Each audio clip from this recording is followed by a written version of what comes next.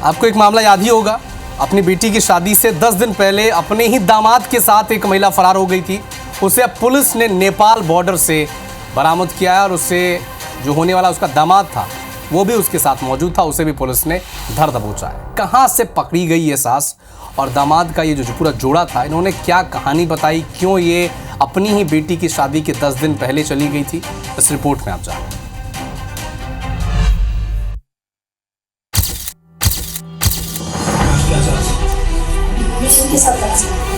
पहले रिश्तों की मर्यादा की तार-तार, फिर होने वाले दामाद के साथ फरार और अब शिकंजे में आई भगोड़ी सास। 1500 रुपए दे दिए, इतनी मार लगाई, सुबह से शाम तक पीते हैं। तस्वीरों में दिख रही है वही महिला है जिसने पहले तो अपनी बेटी के होने वाले सुहाग से इश्क लड़ाया और फिर लोक लाज और मर्यादा को तार-तार कर बेटी की शादी से ठीक 10 रोज पहले होने वाले दामाद के साथ हुई फरार।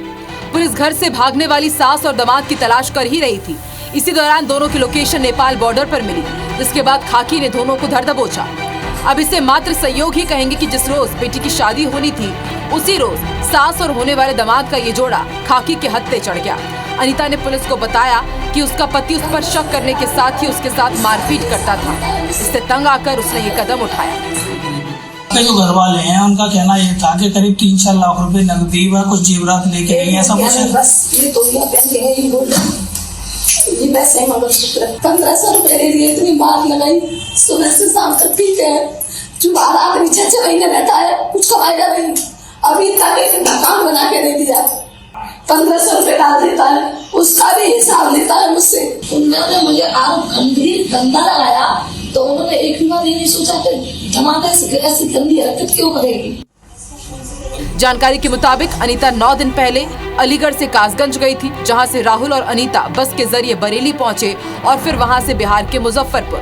यहां कुछ रोज रुकने के बाद उन्होंने नेपाल बॉर्डर भागने की योजना बनाई थी, लेकिन तभी वो पुलिस के हत्थे चढ़ गए। फिलहाल पुलिस की टीम दोनों से पूछताछ कर रही है। आप क्या चाहती हैं? मैं इनके साथ करना चाहती हूँ। शादी की है? पैसे चले गए थे। अभी शादी वगैरह नहीं की। बिहार में कौन सी जगह?